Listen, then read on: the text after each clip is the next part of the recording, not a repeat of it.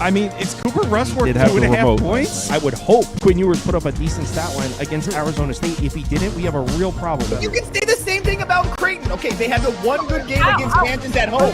When Toast talks about the kicking market, it's like some earth is flat shit. Andy, true or false, this is going to be a dog walking. Dog walking. This is my dog walking of the day. I think it's going to be very ugly. Dog walking. I think this is going to be ugly. Hey, get the sauce. Good morning. Happy Sunday to you all. Hope you had a nice Saturday. Hope you had as nice a Saturday as I did. High spirits over here. Was listening to some music this morning, feeling good, looking good. Trevor, we're wondering if he's going to make it. He was definitely pretty sauced up last night based on some of the texts he was sending. So I wouldn't be surprised if Trevor doesn't make it this morning, which is all right. I mean, I do have a couple of his games queued up, so I don't. Let's see if he posted his picks in the Discord, so I can see, at least show you guys what he's on.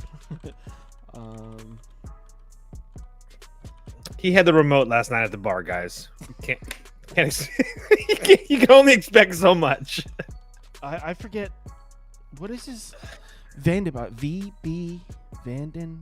I'd have to look. I don't know off the top of my head. I don't know what his thing is, so I can't look. VDBJ. VD. All right. Why a J? I'm just going off of. I just did his @ thing. Nope, he didn't put any picks up, so I don't know what he's on. Do you have anything to say about Merrimack Iona? This is a game he told me to put on. Yeah, I like Iona here, so hopefully he's on Iona too, for sure. Here, hold on. I was trying to find his name on that. Hold on, let me pull up my notes. I know it's two teams going pretty much in opposite directions. Not that Merrimack was ever really great to begin with, but I know that they've lost 3 in a row, and now Iona, who is actually hasn't been playing terrible. They had like a one little road loss, home loss to Ryder and Quinnipiac, but they beat Manhattan. They had won 3 games previous to that. Really, the only team, really Manhattan is like the one team that's kind of given them trouble. But besides that, they've been pretty damn decent over the course of the last month or so. So I think that Iona is the play at the small number. I wish I knew what Trevor was doing, because I'm pretty sure I would assume that he's on the same thing as me. But yeah, I had Iona circled. I didn't bet it because the line was kind of going down. It was like, I think it was at 2.5. Now it's at 1.5 or something like that. I could be wrong about that, but I do personally like Iona's side. Huge rebounding advantage for Iona as well. Someone in the comments says Merrimack forces the most turnovers, and Iona has problems protecting the basketball. Correct, but Iona defensively also forces a second amount of turnovers as well. So, correct. That is very, very true. Yeah. So Merrimack has a very good defense. There's no question about that. All right. So Iona it is. Merrimack's going to try to slow the game down, not lose the game by turning it over and stuff like that. Iona's kind of a little bit more faster paced. Nothing gets a Sunday morning started like some IU Indy ball. Look, 8.5.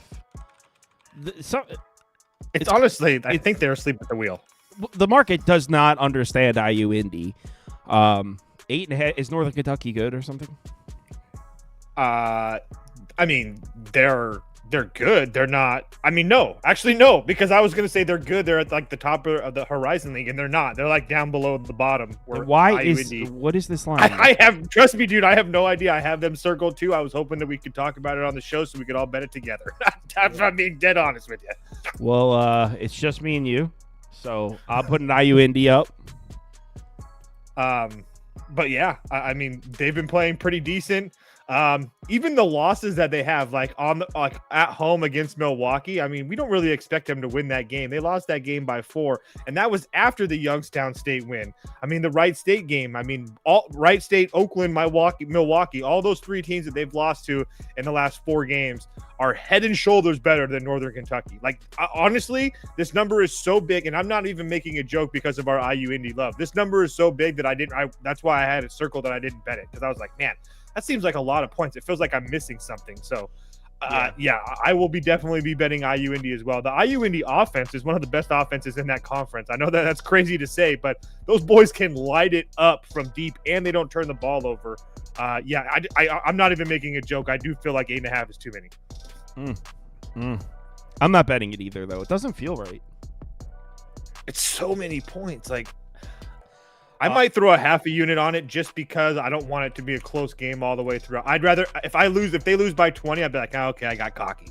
But Purdue, Indiana. I mean, they already heard us talk about this game, but we could put it up and like go through it briefly. We went through this one last night. This was for Trevor to share us his thoughts on this game. So I want to bet Indiana. I haven't yet. But like I said last night, I hate that it puts the Pacers colors up. I keep forgetting to fix that. But like I said last night, if I bet Indiana, it would be just doing some gambling. Want to bet on one of the big standalone games, and I want to fade the world. It's not necessarily because I think it's a good bet or anything. It would just be me doing some gambling. That would pretty much be my situation too. I mean, I would sit there. Sorry, I was seeing if Trevor had anything posted. I figured it out. Anyway, I feel it's pretty much the same way as you. Look, is Purdue a better basketball team? Yes, no question about it. And I would love to come on here and say lay the short number with Purdue, but again, they've lost 3 games in a row, and that's not why I'm trying to say that you can't bet Purdue is because they lost 3 games in a row, but they lost a close game to Michigan, they lost to 10 points by Wisconsin, and then they lost to 10 points by Michigan State. So it's not really like, besides the the Michigan game, it's not like they're playing like super close games and kind of getting unlucky. They're kind of putting themselves in a hole late or putting themselves in a hole early and then not being able to come back or something of like that. And then like the wins, if you look at Purdue, USC, Iowa, Indiana, I mean, all those 3 aren't really that impressive. And that Indiana game that we're just talked about, that was a 4 or 5 point game. And it was tied. I don't know the exact number, but I would say somewhere under 10, that game was tied. So it's not like Purdue the first time that they played absolutely slaughtered Indiana either. So I do think that Indiana matches up kind of well with them because of their size. So like I said last night, unless Purdue absolutely just shreds Indiana with the pick and roll, I do feel like Indiana should match up well with them with guys like Ball and Magumbo, or however the fuck you say that guy's name. I'm sorry, I know I butchered it, but Luke Good or whatever. I mean, all those guys are 6'7" or bigger. Omar Ballo's 7 feet. So I don't think that TKR and stuff's going to be able to dominate inside, which is kind of Purdue's bread and butter. So now you're going to be really asking them to shoot the 3 ball. They've been able to do it. But I just don't trust Purdue right now. So I would assume that a lot of people are looking at this and being like, oh, Purdue's lost 3 in a row. Indiana sucks. We're betting Purdue at the short number. I'm just not there. It would be Indiana or pass for me, as disgusting as it is. Yeah, that's what I was thinking. The same thing. It's obviously Purdue doesn't look great. Everyone in the comments saying Purdue's going to kill them. I'm not even saying like I disagree with you. Like I said, exactly. I just don't have the confidence to bet it. Yeah, exactly. So I put Indiana up, saying like if I bet the game, this is the side I want to be on. Hold on, let me bring up this comment. It kills me when people criticize Toast and say fade them. It's gambling. Nothing's a lock. You know how hard it is to nail every game. Perfect example. There's a guy in the comments talking shit to Toast right now who said I'm fading him yesterday. So I guess he didn't even realize that everyone knows he got smoked yesterday. Like, dude, we can all see that. Oh, people are crazy. It's hard out here in these streets. People just operate like we can't see that. I personally, when somebody said I faded you, it's kind of like a personal win because I was like, hey, thanks for watching. Appreciate you. Well, I mean, if anyone's saying they're fading people, I mean, that's just right off the bat, that person's. All right, just real quick on fading people. In sports betting, someone either has an edge over the market or they don't. And if you're saying they don't have an edge, that means they're guessing 50-50. So fading, when it's not profitable to fade somebody. If it's profitable to fade somebody, if it's possible to fade somebody long term, that actually means they do have an edge because they're consistently. Never mind. They're not going to understand this. Well, the people who do understand it already knew that. So anyway, Green Bay, Youngstown State, 12.5, dude. This is crazy. Youngstown State minus 12.5. Yeah, I would actually lean their way. Not that I'm in love with Youngstown State. I know that you've actually watched a few of their games lately as well. But they are coming off a kind of embarrassing game against Milwaukee at home. I did have Milwaukee in that game, and Milwaukee pretty much had – I watched most of that game. Milwaukee pretty much had control of that game for the most part. But now they stay at home. Their last couple home games, they absolutely slaughtered Purdue Fort Wayne by 20. Previous to that, they lost to who? The buzzsaw we know as IU Indy. But before that, Wright State, they beat them. So they've been pretty decent at home. They lost to 2 points by Robert Morris. Robert Morris is 3 times better than Green Bay is. So as Trevor always says, just continue to fade Green Bay. Green Bay got their 1 win at home 2 games ago or yesterday or whatever it was, 2 or 3 games ago. I don't think they win another game this year. I'm pretty confident that Youngstown State wins this game by 15 plus. I would assume they're kind of out for blood right now after coming off of an embarrassing home loss to Milwaukee. So as much as I would love to be sharp and try to tell somebody to take Green Bay, I think they get absolutely smoked today. You said they win by 15 points. The shit's at 14.5 now. I know. That's why I'm like, oh, it's at 14.5 now? Damn, 14.5. Yeah, can't do it. But yeah, I do think that Youngstown State probably covers. I'll say Green Bay. Dude, Youngstown State laying that big of a number just sounds crazy.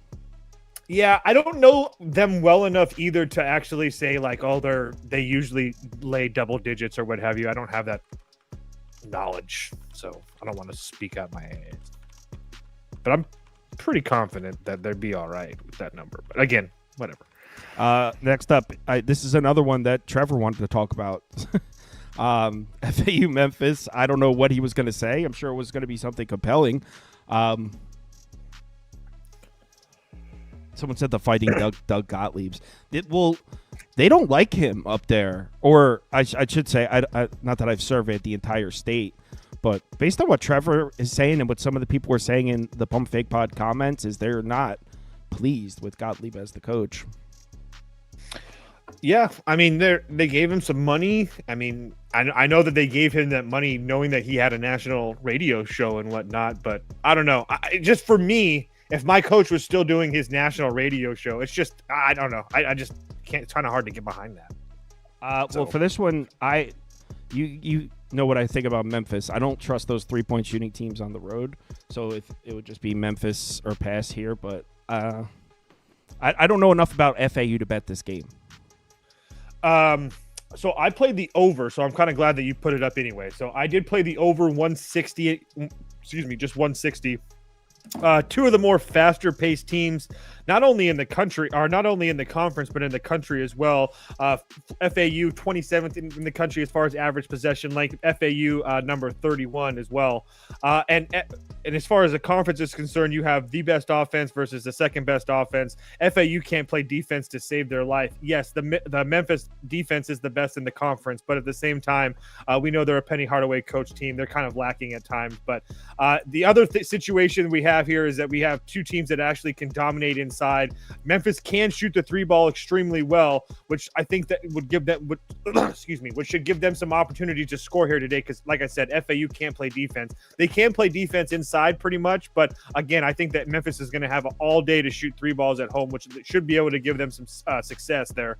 And then as far as FAU scoring, I actually kind of trust them. I mean, they had a little bit of a clinker at home against Wichita State, but before that, they scored 83 versus Temple, 87 against Charlotte, 94 against South Florida, 94 against UCSA. Again, are those teams as good as Memphis? No, but my point is that they have the ability to score. I think this total is high for a reason. FAU has North Texas on deck. That's going to be an absolute grinded out game. Again, Memphis doesn't really have anything, but again, I just think that the way that the pace that these two teams play, not to mention the fact that Memphis is coming off of an overtime game against Wichita State. I don't know if they're going to have full legs on this one. It was like 5 days ago, but still, Don't really love it for Memphis, so there's no chance in hell I would lay a big number with Memphis either. The last time that these two teams played, I was on Memphis, and they absolutely slaughtered FAU. I can't remember exactly what the final score was, but I'm not exaggerating. I think they beat them by 30. So I expect FAU to have a little bit better performance here today. I think FAU only scored 60 that first go-round. I think Memphis is good for about anywhere from 80 to 90, so as long as FAU is scoring, I think this game's going to go over. So, yeah, 159, 160, I played the over. A couple comments. Someone asked about UConn St. John's. It's actually in like 3 more games. The thing sorts by time, and it doesn't recognize that 12 is in the beginning and not the end. So I should have fixed that. Justin said Trevor was going to say Memphis close to a double-digit spread is when they struggle to cover/win. Just guessing on past reads. And he's right. I have heard Trevor say that. Yeah. So that probably is what Trevor would have said. That's kind of why I was kind of curious where he was at, because he doesn't really love FAU either. So, yeah. Just kind of curious. Clark Townsend says Penny as a favorite never covers. Yeah, but it's Penny as there's a certain number, and it could be. I thought it was double digits, but maybe it's close to this 8.5 number. But it sucks because Trevor would know that. But there is like a number. Yeah, there's a number range in there where Penny isn't great as a favorite or what have you. But I do think this is probably the best Memphis team that he's had. Someone says, Jay Steele says, Kyle was in the college experience chat at 3 a.m. last night, back at it at 11. Yeah, man, that Moneyline Mac, Providence Mac beef is just too hilarious to me. Like, it's so funny. Did you see he owned him yesterday on Twitter? That was awesome. Shit is hilarious. Good for Moneyline. Yeah, it was funny as hell. He hit 17 bets in a row yesterday. Moneyline back. 17 in a row. All right, Cleveland State. Oh, yeah. Oakland. And the guy that was trolling him gave out 3 picks and went 0-3, which, like, whatever, that happens. But it was funny that the guy trolled him on Friday night saying so the real quick story. The guy trolled him on Friday night saying you give out 2 picks, too many picks, because they go through like the whole slate. They'll give out like 25, 30 picks. And they're like, you give out too many picks, there's no value, was trolling him. Then the next day, Matt goes like 25-6 on the day, and this dude went 0-3. It was funny. So yeah, I always wonder why people hate like a lot of bets like that. Like they don't understand that like if you're trying to get 55%, it's a lot easier to be 55% of 1,000 than 55% of 200. Well, not to mention it's just also the show. They go through the whole slate. That's what people want to do. I know. I'm just saying, like, I don't understand the people volume betting the hate. I just don't get that. It's like so much better for you. Next up, Cleveland State on the road at Oakland. I threw this one in there because I thought you guys would want to talk about it. Yeah, I mean, I didn't bet this game. It was another one where it's kind of hard. It's pretty much not Oakland anymore, but I mean, for a long time, it was 2 of the best teams in the Horizon League. Now, definitely Cleveland State's up there. They are the number 1 team in the conference, but Oakland's kind of fallen back down. But that was another one where I kind of felt like Oakland being the favorite here is kind of telling. Cleveland State started off the year like super hot, winning like the first like 11 games. I think they lost their first conference game and then they won like 12 in a row or something like that. So they're 13-4, but all 4 of those losses have came in the last, I think, 6 games. So I will say that only one of those games was better. One of those teams was better than Oakland, and that was Robert Morris. Everybody else is, well, maybe Youngstown State, but Northern Kentucky really wasn't. And then you have an Oakland team that's coming in here that's kind of like the opposite, kind of like got beat up at the beginning of the year and then finally started to play well. They're coming off a loss themselves, but I think the fact that they're at home and they're playing Cleveland State as a favorite kind of tells me that I would play Oakland here. The only issue is that Cleveland State defensively is so good, and I don't really know if I can trust Oakland to score consistently. So I guess maybe an under as well. The line is telling me Oakland. Like I would feel really stupid walking up to a counter or my phone and taking Cleveland State plus 2.5. It just almost like it seems like it's too easy. So maybe I've overthought this game a little bit since I've looked at it last night, but I do think that Cleveland State is the much better team, and you're getting 2.5 points. So it's just a little bit weary to me. So, yeah, again, I lean Oakland just purely on my guts telling me something. Yeah, and there are people having the volume debate in the comments. it's all personal preference. It's all watch. I'll pull it up. It's all based on. It's not supposed to be a set amount. It's supposed to be based on what kind of edge you have in that spot. Yeah. Watch, I'll pull it on the screen real quick if you guys are interested. Or your perceived edge. Exactly. Whatever. Where is the browser? Like on a Saturday, I could have 20 plays. I might have 15 plays. It's not like you have to have. I don't know. 1 second. So here we go. So we'll just use the NBA one that I use. So say the spread's supposed to be, we're talking about an underdog here. Spread's supposed to be 10. We said it should be 8. That gives us an 8.62 edge. If it's 9. So some people will bet only when they have a 4% edge or more. And some people will bet only when they have a 2% edge or more. So it's not supposed to be like, oh, I placed 5 bets. It's supposed to be however many opportunities you find that meet the criteria that you have a perceived advantage. Probably no one wants to talk about that on Sunday morning. My bad. Next up, Drake, Northern Iowa. Drake. Man, this is another one. I wish I could have Trevor to bounce back on me because I feel like this line is, I don't know. I don't want to say short. They're two of the best teams in the Valley. But, man, I lean Drake here. I think that Drake's the better team. I know that they're on the road, and I understand that Northern Iowa has been playing fantastic, but these two teams played, 3 weeks ago, and Drake dismantled this team. So maybe the line's trying to tell you that maybe it's a little bit different, but I honestly feel like Drake is the superior team, and it's not even close. I understand that Northern Iowa has played much better, but Drake is by far the number one offense in this conference. Drake is by far the number one defense in this conference. And the only issue that you really have with Drake is their turnover issues, but they have a significant rebounding advantage as well. Drake, the only other thing that I can say negative about Drake is they don't hit their free throws, but guess what? Northern Iowa is an even worse free throw shooting team than them. So every single thing in this game points to Drake to me. So I didn't bet it because I thought, again, it was one of those situations kind of like with Cleveland State. I thought the number was short and they're kind of trapping me, but there's no question for me. It's Drake or pass. Not even a question.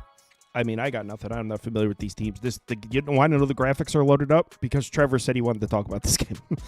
I'm pretty sure I would have bet. I bet knowing Trevor, I would assume he's on Northern Iowa with the stinky line and them going to get up.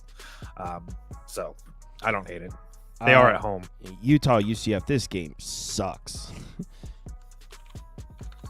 Well, I have a bet on it, so I just bet it. UCF, right? Yep. UCF running 1,000,000 miles an hour at home. South Florida is almost the complete opposite of Utah. And we're talking about just locations and sea level. Utah is 1,000 feet above sea level. Central Florida is probably below sea level. And then you add on top the pace of play. UCF runs 1,000,000,000 miles an hour. Yeah, UCF. I actually might even bet this. Yeah, I literally just bet this as soon as I woke up this morning. I had already had it circled. Not to mention the fact you have Utah coming off of 2 huge wins, one being Kansas, another one being Kansas State. Regardless of whatever you want to say about UCF, it's just a terrible spot for Utah, who absolutely been terrible on the road. The previous 4 games on the road before that, they lost all of them. Their only one road win this year is at TCU, and back when TCU is still terrible, but they ended up getting 1 win in there, so good for them. But besides that, they've been absolutely terrible on the road. And now they, like I said, beating Kansas and Kansas State and now having to travel all the way across the country against a UCF team that's lost like 7 games in a row. I will say, though, like their home games against Iowa State, the Cincinnati game was bad, but BYU and stuff, they've only lost by like 2-3 possessions. So it's not like, and those teams are like head and shoulders better than Utah. So like I said, I did bet UCF minus 2.5 today. I think this is a really good spot for them back home. Like Sauce said, running at a crazy pace, trying to get Utah tired with them tired legs. I think this is a really good spot for UCF. Let me check because my graphic's saying, it's 3.5 now. Oh, it looks like you still get a 3. So, all right, let's move on to the next one. We got 2 more college games. And then if you guys want to stick around, I'll go through some NBA. It'll just be me, but if you want to. No, I capped that whole NBA slate last night while you went to bed. I'm ready to roll. Well, you don't got to stick around for NBA.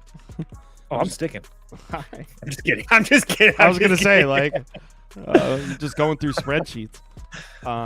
Yeah, so if you guys want to hang around for NBA, I'll go through them by myself right after. Quickly. I'm not going to.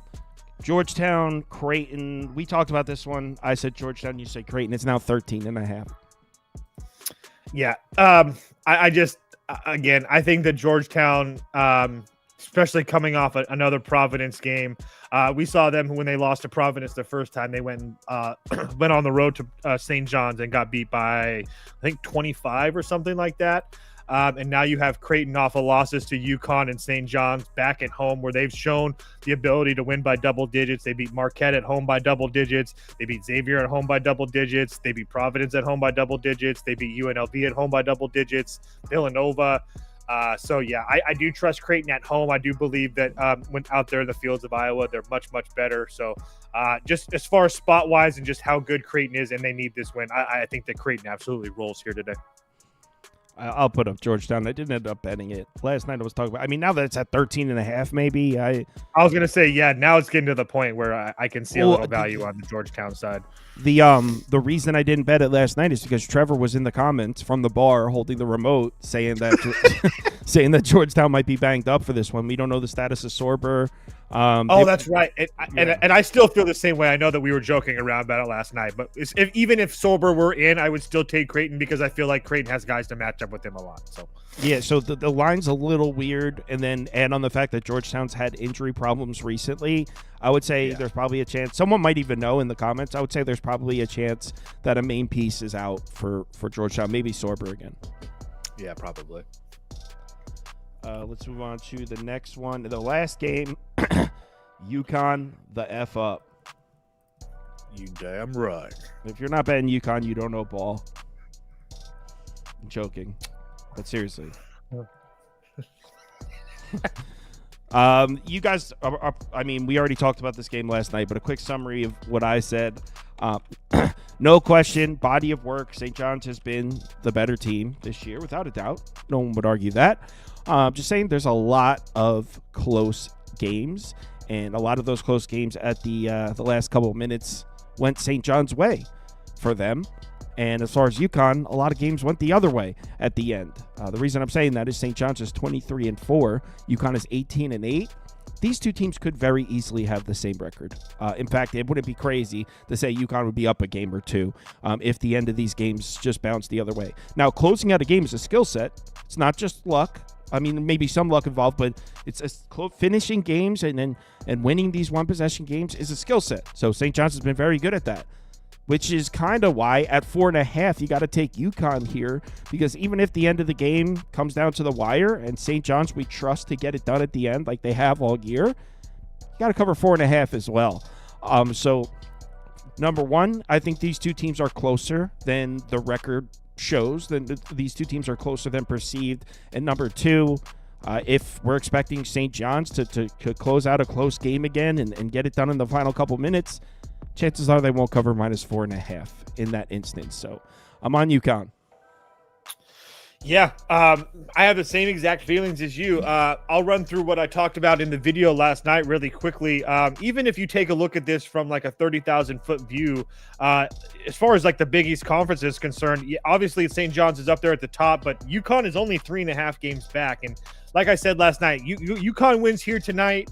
Anything can happen in the last 3 or 4 games of a Big East Conference. It's not like we haven't seen crazy things in this conference before. So I don't think that St. John's has this thing locked up as much as people like to think that they do. And I also don't think that UConn is completely dead, which I think that kind of is a different than the narrative that's kind of been going around with these two teams. And if looking at all the tools that we have with college basketball analytics, these two teams are a lot more even than people think. The net rating is like very, very close. They're within like 10 or 12 of each other. Obviously, UConn has a better offense. Obviously, St. John's has the better defense. I will say, though, and again, this is kind of nitpicking, but St. John's defense hasn't nearly been the same as they've been hasn't been the same against top 20 competition as far as on the offensive side as they've been against other teams as well. Their defensive rating kind of falls down a little bit. It's up to like 110, 108 area, when it's usually when they're playing against good teams, it's in those like the low 90s range. And they give up the three ball a lot, which is really bad considering that UConn should be able to beat them. Anytime that UConn's played a top 40 defense in the country, they're shooting almost 35% from deep and a really good offensive rating as well. So there's a lot of things that look really good as far as UConn goes. I don't know if I know that we're going to need UConn to step up defensively, but again, St. John's has been so bad offensively. I don't really worry about it too much. So again, I think this is like pretty much the biggest game of the year left on the schedule for UConn.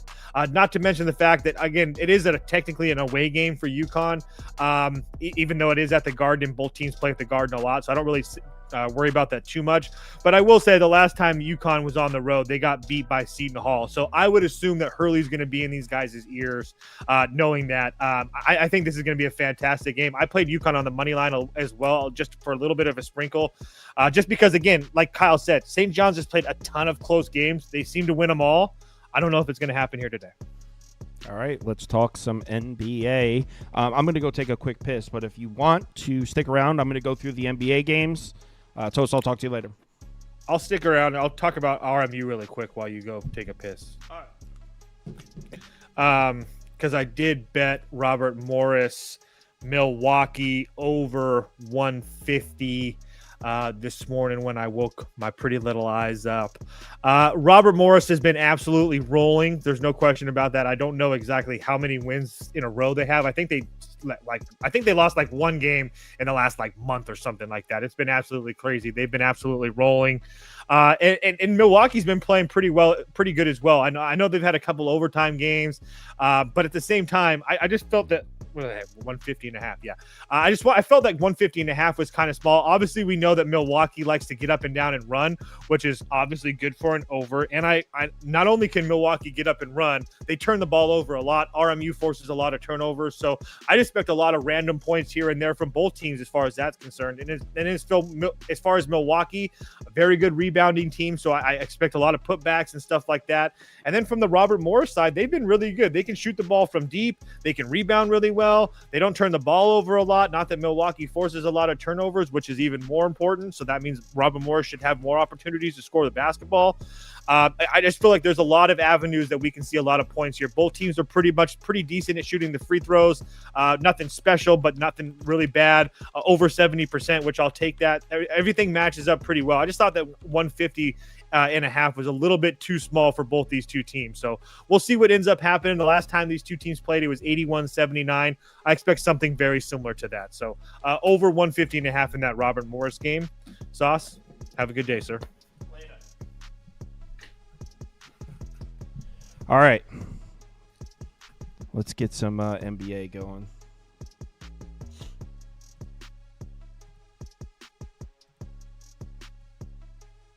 One second. Let me set up the screen here.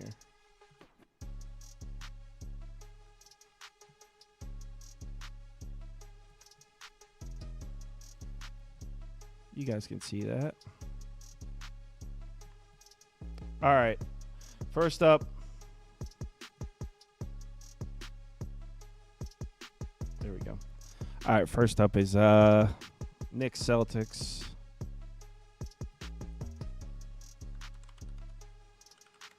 Do we have injury updates here?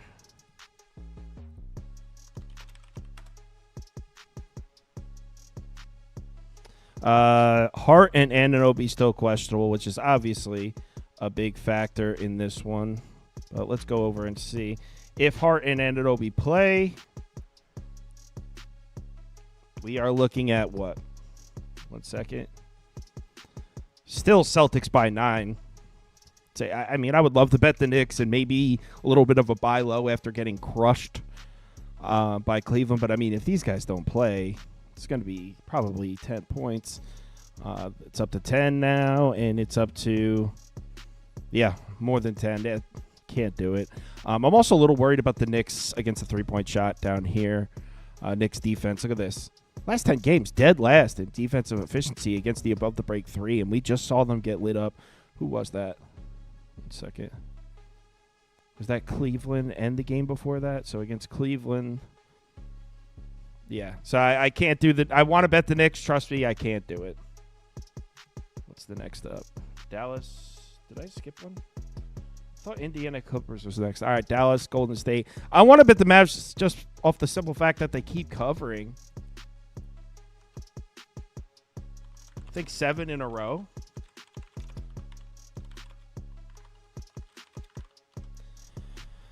All right. I actually think I did place a Mavericks bet late last night, but I never posted it on the site. I can check. All right. So Dallas, Golden State.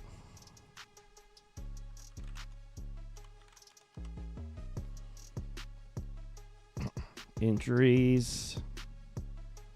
PJ Washington still questionable. Dallas says missing all those pieces. So Dallas, we got Kyrie is playing. No Anthony Davis. No Gafford. No Lively. Kessler Edwards is playing. Exum's playing. Yeah, so that puts the line about right. Anybody injured on Golden State? No Kuminga, obviously. So that puts it at about 10, which would lean towards Golden State. But there's a couple things I like here for Dallas. Check this out. Let's go down to the three-point line. We know Golden State loves to shoot the above the break threes. Look at Dallas. They're not letting anybody get shots off from out there. First in frequency in the last 10 games, 10th in efficiency, second in efficiency in the last 5. So Dallas, their defense hasn't been good. They're locking down one area, the above the break 3, and that happens to be where Golden State takes a ton of shots. So I actually like that for Dallas. Also, Golden State struggled against isolation scorers. Now, this is full season numbers, so this might be a bunch of Luka Doncic from earlier in the year. But Kyrie Irving's an isolation scorer. There's no Anthony Davis. He's isolation as well. See, I mean, I kind of want to take Dallas just for the simple fact that this is ATS column right here. W. I didn't even add the most recent game. Yeah, I want to take Dallas. I think I did last night. Clippers, Pacers. It's down to 3.5. Are we getting Kawhi or Powell? Let me check. All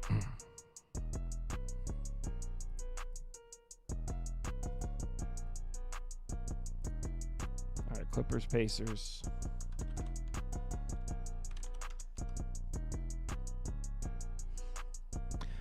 All right, so let's see injury updates. Powell and Leonard still questionable. So, I mean, that matters. Because check this out. If you put in Kawhi, if you put in like the Clippers full lineup here against the Pacers, they should actually be laying on the road. Or wait, still loading. There we go. They should actually be laying on the road, but then you take out Kawhi and Powell. Wait for it to load. If you take out Kawhi and Powell, then the Pacers should be laying 2, it looks like. But what I did was I took the Pacers team total under 117.5. And the reason I did this last night is if you check this out, full lineup, the Pacers, sorry, it takes a second to load. This final score has the Pacers at 114. Even without those two guys, I don't want to be on the Clippers if they sit, but Pacers still aren't getting to 117.5 according to this. So, yeah, not to mention there's a couple things I like here. We know the Pacers like to get out in transition, right? Clippers have been a solid transition defense all year. Also a great defense against isolation. Oh, right here. I was pointing at the wrong thing. Here, against transition. Right there. Yeah, so I was looking last night. There were some things I liked here. For the Clippers, and 117.5 I thought was too high. So I bet the Pacers team total under 117.5. If Kawhi and Powell play, I'd love to be on the Clippers, but can't take that risk. And one of the guys in the Discord's a diehard Clippers fan. He says he doesn't think they're going to play. Pistons, Hawks. This is a tough one. Check this one out. This one's interesting. Pistons minus 2.5. It was 3 last night.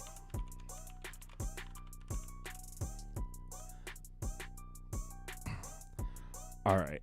Pistons, Hawks. So let's go back over to the sheet. And this one was interesting to say the least. So first, let's look at the bottle. And let's see. Any injury updates here? Detroit, no Jaden Ivey. Yep. Okay. Same as it was last night. So no Jaden Ivey for the Pistons. On the Atlanta side, no Krejci. Who else was out for the Hawks? Wasn't there one other piece? Larry Nance. And let's say Keaton Wall. I don't know who's going to get those minutes. But if you look, Hawks should be laying 2.5. How do we not take the Hawks at plus 2.5, right? This is saying they should be laying 2.5. But check this out. There's just a couple things here that match up really well for Detroit. Number one, they've been playing well. But not that the Hawks have been playing terribly. And the Hawks have played a stronger schedule than the Pistons. So when I first looked at this, I was like, oh my God, hammer spot for the Hawks at home here. But then you look and there's a couple things. Number one, Detroit's been attacking the rim a lot in the last 10 games, first in frequency, first in the last 5 games. Atlanta cannot protect the basket. So right off the bat, I don't like that at all. How are they going to keep Detroit from getting to the rim? And then also, we know Detroit offensively loves to run the pick and roll. 8th in frequency. Cade Cunningham lives in the pick and roll. Hawks 27th in the NBA in defensive efficiency against the pick and roll. They also struggle in transition. Pistons run the fast break. So even though our model's telling us Hawks plus 2.5 is a play, I like the matchup too much for the Pistons to bet it. So it's going to be a straight pass for me. I would love to bet the Hawks, but I can't do it. I like the matchup for Detroit. So unfortunately, it's a pass. Washington, Orlando. I bet this one.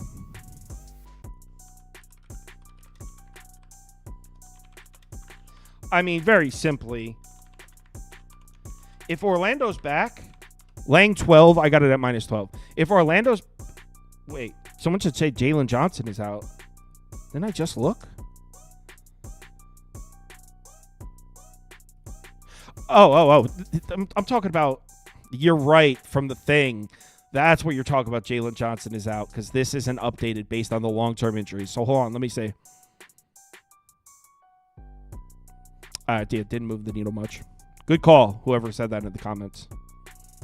Those long-term injuries, they take them off. Something you got to catch. So, yeah, I'm on the Magic here. If the Magic are back, which they've looked pretty strong recently, that last game when they beat Memphis, or actually they lost by 1 point to Memphis, but they looked strong for most of the game and they covered against the Wizards. Yeah, I was happy to lay 12. I have this one close to 20. The Wizards are that bad. Shit. 1 second.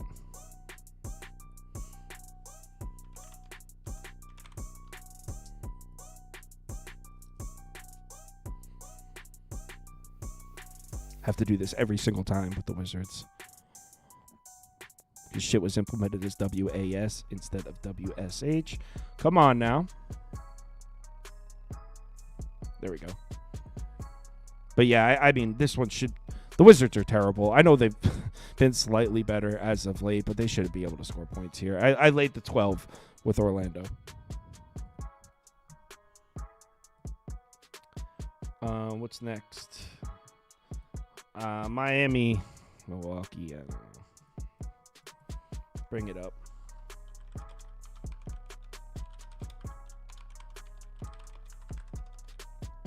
God damn it, typo.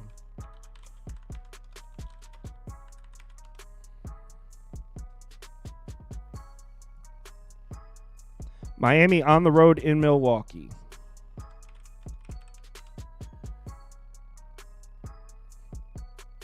All right.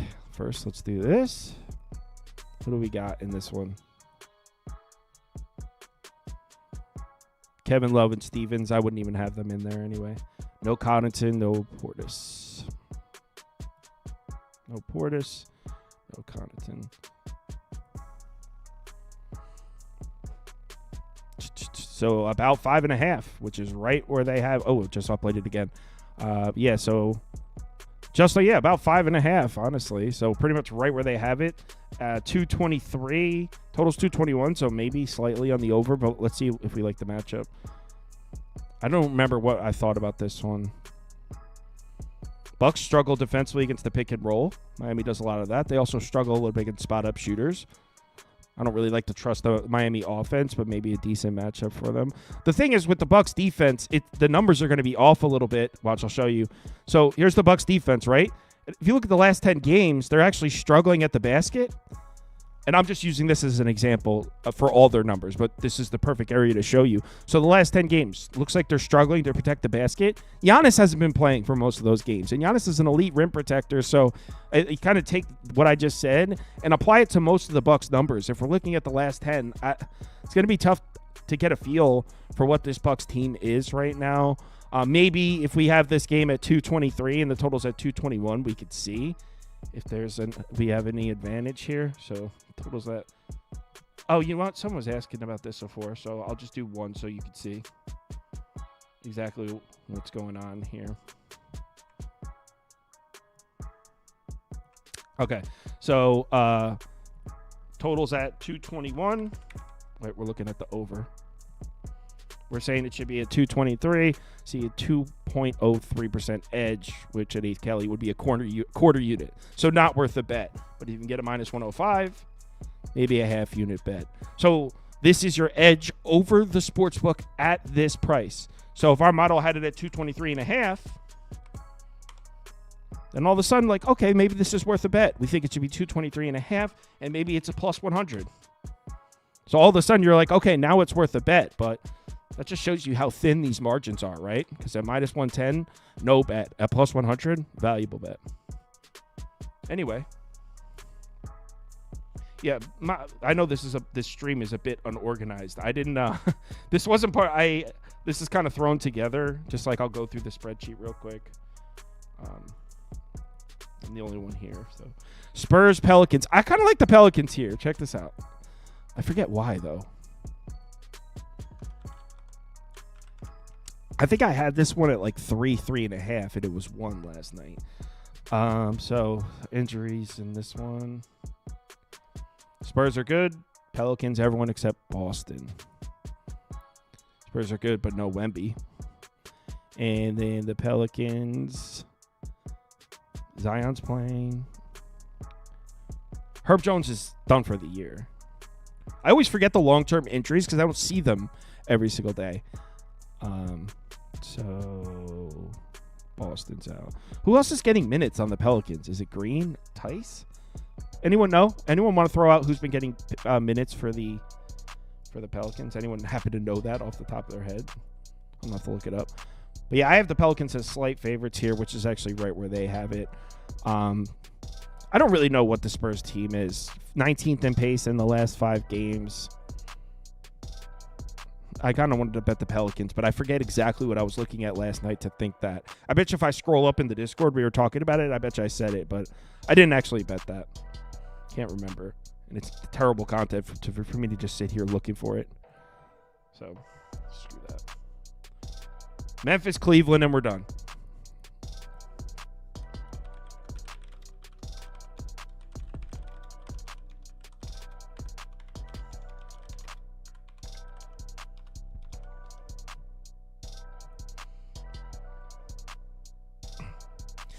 Murray.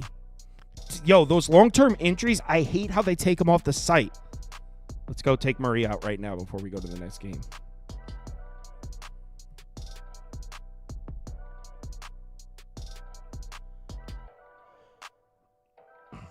Grabenz said, I'm dead serious about doing handicapping videos, how to set up a model, how to find the edge. I think you'd be surprised how little people care. Yes, me and you are into that, but not everyone. A lot of people that watch are just like, dude, give me the picks and shut up. You know? So not everyone's into that. A lot of people would find this very boring. So did someone share who's getting the minutes here for the Pelicans? I could look it up.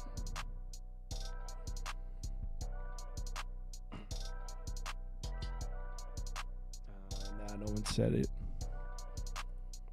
Because there's no way they're running with the 8-person rotation. There's got to be a 9th. Let's just say it's Green. Where does that put us? That's actually has the Spurs favored. All right, Memphis, Cleveland. Let's do.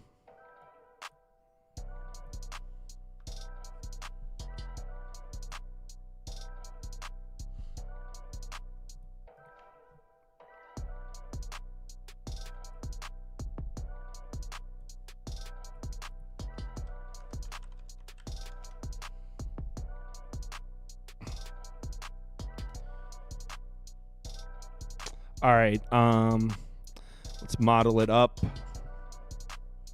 Nobody on the report for the Grizzlies. Yo, what are we supposed to do with that? Allen, Garland, both questionable. All right, so Grizzlies good to go. Is there anyone here on a long-term injury, yo? I hate how they do that. Let me see. Nah, it looks good.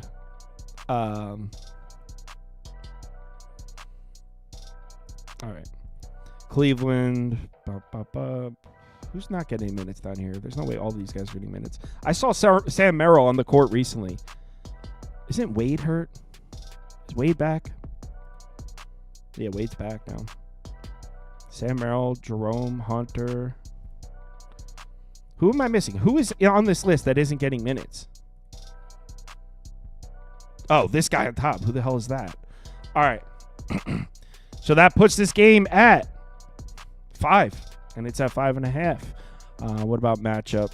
See what you're supposed to do. Oh, I could show you guys this for those who are here. So I added this in because it's simpler to visualize. So say our model has this at 5, right? And then we look and let's say we like Cleveland's defense. Okay, perfect. This is a perfect example. So Cleveland's defense, top 5 in transition, right? Grizzlies run more fast breaks than anyone in the NBA, but Cleveland's a top 5 defense against Memphis. So what you would do is you would go up here for that angle. You would do this through. You would go through, and then let's say it's minus a half point there because the Cavs are so good, and then it updates. So what you're supposed to do, or the way I built it, do I always do it like this the whole time? No, but you go through and you're like, oh, let's see. Let's find another one real quick. Oh, here we go. Oh no, that's not a good one. Oh, here we go. So Cavs, they shoot a bunch of threes. Grizzlies defense struggles against a 3-point shot. There we go. We can add a point to the Cavs for that one. So then you would go back up here, point. And then wait for a second to load. So this is how I built it, was you would go through the whole thing, add a half point from the Cavs offense, subtract a half point, blah, blah, blah. And then at the end, you're looking at like something that looks like this when you go through the whole game. And then wait for it to load. You have your final handicap here. Okay, so we let's say, just for example's sake, we have the Cavs by 8.5 here. Obviously, at minus 5.5, that's an amazing angle. So we go here, up to the top. Damn, you can't see it. So we've decided we modeled this out at Cavs minus 8.5. So we're looking at the favorite. The line is 5.5. We think it should be 8.5. And at minus, see, this is a monster bet. 2 units, like 14% edge. This is almost unrealistic. But that'll show you. Let's say it was minus 125. Not nearly as much of an edge. I built this using data from the NBA since 2000. So based on the frequency. So to calculate this edge or this probability is the percentage of NBA games where the favorite wins by exactly 6, when the favorite wins by exactly 7, and when the favorite wins by exactly 8. I mean, there's other ways to do it too, because you can include aspects that are specific to that team and their history and patterns, but that's how I built it. So yeah, those of you that stuck around, for the nerd out session, over 1,000 people. That's sweet. Maybe I'll do more of that. To be honest, it seems like when I share it in the Discord, I'll be like, "Oh, guys, look what I built!" Like no one, they're like 3 people click the like button on it. So I'm like, "Oh man, I'm just looking like a nerd right now. No one gives a shit." So that was cool for you guys to stick around. Let's see some comments real quick. What app platform? That's just Google Sheets, man. That's just a Google spreadsheet. You're asking where is it? That's my stuff that I built privately. That's not like you can't find that anywhere. do Suns. Did I skip games?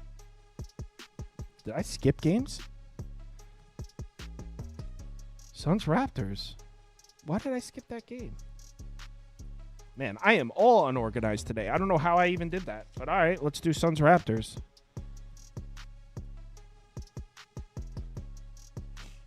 I don't even have graphics for it or anything. I don't know how that happened. So Sun Raptors.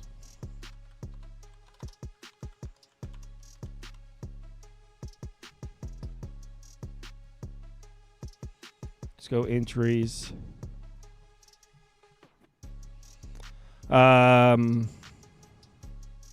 Ingram, obviously. Pirtle's questionable. So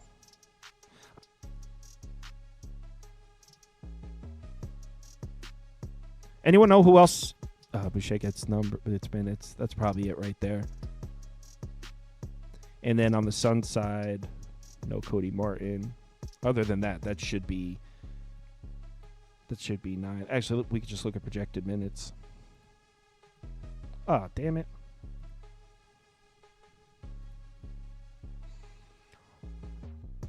Yeah, that looks right. No, Bol's getting minutes. All right, what do we got this? Dude, Raptors laying 2. What's this line at? Raptors catching points? The reason that you can't bet it is no Pirtle. And this model won't even show you how important he is because the Raptors are terrible without him. I mean, according to his PER and all that, he only moves the line a point. But if you've seen the Raptors play, you know, like, oh, I didn't even delete this off. So we don't even know where this is really at. Wow. We were just looking at that with these things filled out up here. So this is actually Suns -2. What if we put Pirtle back in? Suns -1, 1.5, which is exactly where the sports books have it.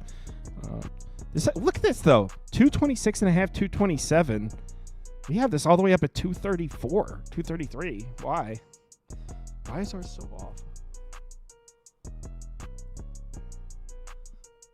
1 second.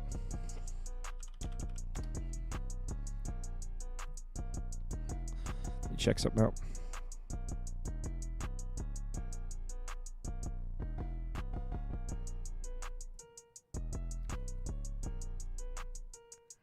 So open even higher than that, and it's been bet down. I don't know. I don't know why that. Am I missing something? What's the pace for these teams? It's pretty slow. Why is mine bringing back such a high total? That's weird. Both these teams have played strong schedules in the last 10. Suns are 11th. Raptors are 5th. We like any matchups here. Toronto struggles against spot-up shooters. Suns second in frequency, second in efficiency, second in points per game. So might probably add a point to the Suns side here. Half point.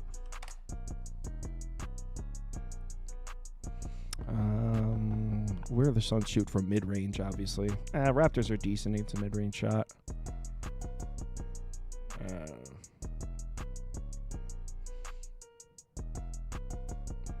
All these numbers are so mediocre. There's really nothing. You know what, though? But 13th in frequency is not a lot. But the Suns' defense, we've talked about this before. Suns' defense is terrible. But actually, if they just play a half-court basketball and take the fast break out of the game, they're not that bad. So how much transition does Toronto run? A shitload. 4th in transition frequency. I don't know. I guess based on that, we should be leaning towards the Suns. I'm not betting the Suns, though. All right.